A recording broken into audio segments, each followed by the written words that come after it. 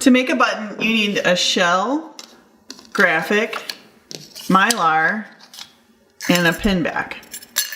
You'll start with the A die facing you, and you insert the shell smooth side up.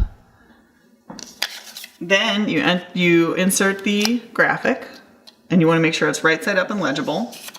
And then you insert the mylar on top of the graphic.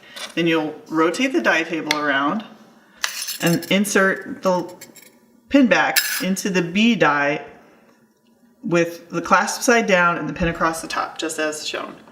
Then you pull the handle all the way down towards you, lift the handle up, rotate the die table around, and pull the handle all the way down again. That's it. You've made a button.